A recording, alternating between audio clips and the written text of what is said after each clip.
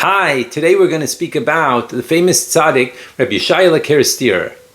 So Reb Shayale lived in the late 1800s and early 1900s in Central Europe, and he was known for his unbelievable hachnasas orchim, welcoming of guests and going out of his way to do anything he could to help other people. In fact, the Sanzer Rebbe talked about him and said that he was the cook of Hashem. Why did they say that? In fact, every single Saturday night, they would shecht a cow, and he and his wife would go from row to row of tables, serving this one this one that, because people came from far and wide just to be able to come and take part in these delicious meals that Reb Shayale and his wife used to make for people. Now, in addition to being such a machnis orech, in addition to that, he was also known as a miracle worker, and there are many, many stories of his out-of-world situations that took place. I've decided on one particular story for today that was written in the book by Moshe Yosef Friedlander. And he says like this. One time, a person came to Reb Shayale. He and his friend came, in fact. And all of a sudden, he came into Reb Shayale's office and he broke down crying hysterically.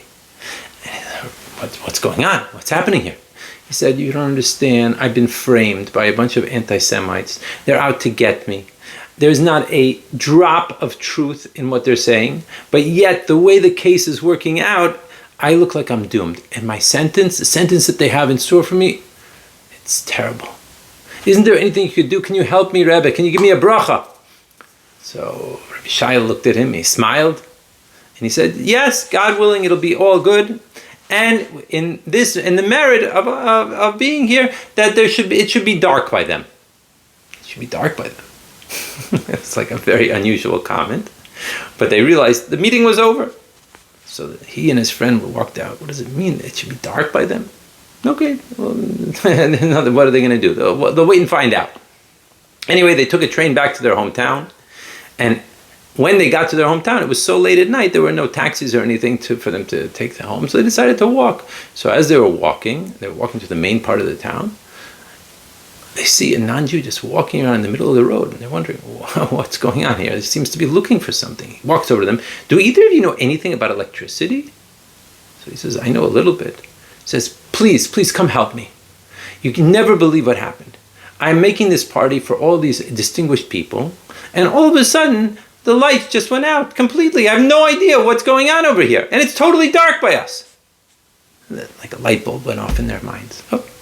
So they walk into the house. They get a ladder, and they start climbing up the ladder, and he comes and he sees this wire and this wire. He slices this way, this way, and it fixes the whole thing. All of a sudden, boom, the lights come on. Now, all of a sudden, there's a bunch of applause, and all the people are clapping for him, and they say, "Young man," he says, "please, let me pay you. I want to pay you." He says, "No, don't worry about it. It was my pleasure to be able to do this for you." No, you don't understand. I am the magistrate of this entire town. I have the means to be able to pay you. Let me pay you. He says, "Excuse me, don't worry about it." He said, "No, you don't understand. All these people here, they're all judges and lawyers. We've been waiting to make this party for so long. Now we had it and we were in the dark, and now you saved us. Let us pay you." He realizes the unbelievable hashkacha pratius of the story, the divine providence of this story, and how the bracha, the blessing of Reb Shayale was coming through, and he just broke down crying all of a sudden. He says, "Young man, why are you crying? What's going on?" So he said, come into the side room.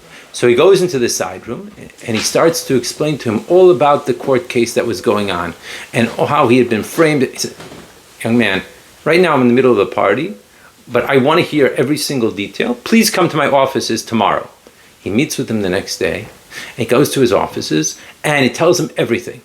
He says, "I hear what you're saying. I am going to assign two of my friends, two prosecutors that I know I could trust, and they are going to look through all the evidence in this case with a fine-tooth comb, and we're going to see exactly what's going on here." He said, "Thank you so much." A few days later, the magistrate sends a message to him. He says, "It's clear that this was not a true case. All charges are being dropped," and that's it. And that was the story. Amazing story. Just one more thing that I wanted to share with you about Reb Shayale. One time he sent a letter to one of his Hasidim. And inside this letter, there was another letter. And Rabbi Shayale asked his chassid, please give this letter that I sent to you to this particular person that was traveling around those areas. To be frank, he was a bit of a wanderer, also a bit of a drunk. But this chassid starts to think, why is Rabbi Shayale sending this letter? Maybe he's one of the 36 hidden tzaddikim. Maybe something's going on over here. Anyway, a few days later, this person walks into his house. He says, I have a letter for you from Rabbi Shayale. So he opens up the letter and he starts jumping and singing, Rabbi Shayale, he remembered me. It's amazing. So the chassid said, tell me, what's going on? So he shows him the letter and he says, Rabbi Shayale is inviting him to come for Pesach. He said, come to Pesach for me and I'll take care of you completely. You'll have all the alcohol you want, everything you want. Just come.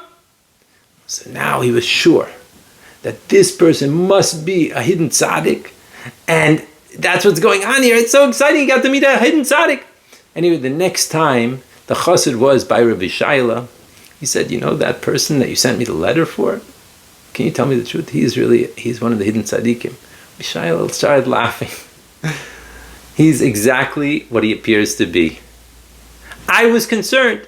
What's going to happen on Pesach? He's going to get drunk, and he's going to start getting into trouble, and he's going to wind up eating chametz. What's going to be? So let him come to my house. If he comes to my house, I'll be able to take care of him. I'll take care of all of his needs, everything that he wants, and he'll have a wonderful Pesach.